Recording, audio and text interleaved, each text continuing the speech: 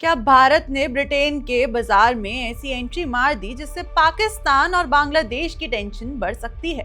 क्या 15 जुलाई के बाद यूके में भारतीय सामान की धूम देखने को मिलेगी?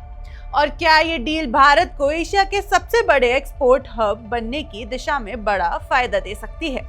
नमस्कार, मैं हूँ जस्वी कौशिक और आप देख रहे हैं वन इंडिया हिंदी। भारत और ब्रिटेन के बीच हुआ ऐतिहासिक फ्री ट्रेड एग्रीमेंट यानी एफटीए अब 15 जुलाई 2026 से लागू होने जा रहा है। करीब 3 साल से ज्यादा चली बातचीत के बाद तैयार हुई ये डील भारत के लिए सिर्फ एक व्यापार समझौता नहीं बल्कि वैश्विक बाजार में अपनी स्थिति मजबूत करने का बड़ा मौका माना जा रहा है। इस समझौते की सबसे बड़ी खासियत यह है कि इसे लागू होने के बाद भारत से ब्रिटेन जाने वाले लगभग 99% सामान पर आयात शुल्क खत्म हो जाएगा। यानी भारतीय उत्पाद ब्रिटेन के बाजार से पहले से ज्यादा सस्ते, प्रतिस्पर्धी और आकर्षक हो जाएंगे। ध्यान देने वाली बात यह है कि इस एफटीए पर औपचारिक हस्ताक्षर जुलाई 2025 में प्रधानमंत्री नरेंद्र मोदी और ब्रिटेन के प्रधानमंत्री केयर स्टारमर की मौजूदगी में किए गए थे। वहीं हाल ही में फ्रांस में आयोजित G7 समिट के दौरान दोनों नेताओं ने इसके इम्प्लीमेंटेशन से जुड़ी अंतिम प्रक्रियाओं और तैयारियों पर चर्चा की थी।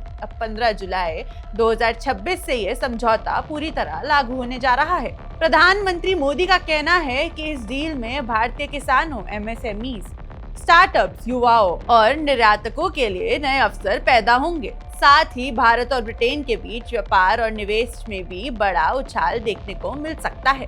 लेकिन इस कहानी का दूसरा पहलू भी है। कई व्यापारिक एक्सपर्ट्स का मानना है कि भारत को मिलने वाले इस टैरिफ लाभ का असर उन देशों पर पड़ सकता है जो ब्रिटेन के बाजार में भारत के साथ सीधा मुकाबले में हैं। इनमें बांग्लादेश, पाकिस्तान, वियतनाम और कुछ एशियान देश शामिल हैं। सबसे ज्यादा चर्चा टेक्सटाइल सेक्टर को लेकर हो रही है। दरअसल अब तक बांग्लादेश और पाकिस्तान को ब्रिटेन के बाजार में कुछ मामलों में शुल्क संबंधी बढ़त हासिल थी, लेकिन अब भारतीय कपड़ा उद्योग को भी बड़ा टैरिफ फायदा मिलने वाला है। ऐसे में भारतीय गारमेंट्स और टेक्सटाइल उत्पाद ब्रिटेन में और ज्यादा प्रतिस्पर्धी हो सकते हैं।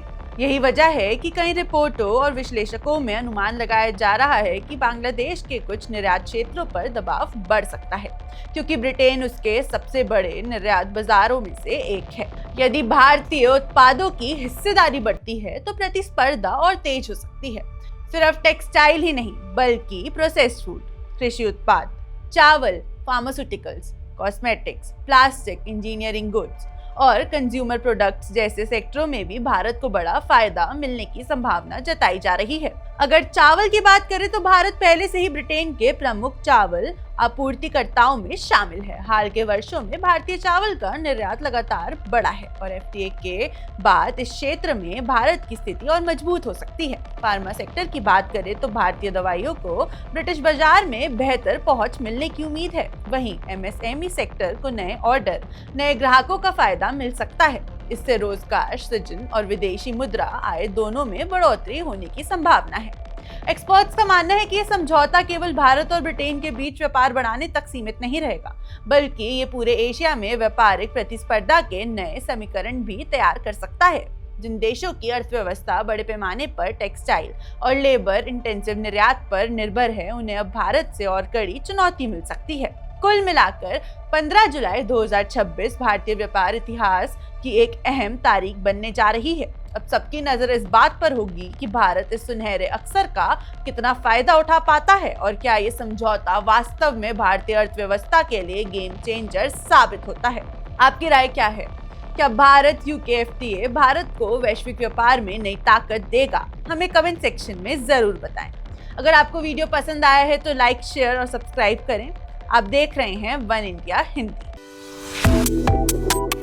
Subscribe to One India and never miss an update. Download the One India app now.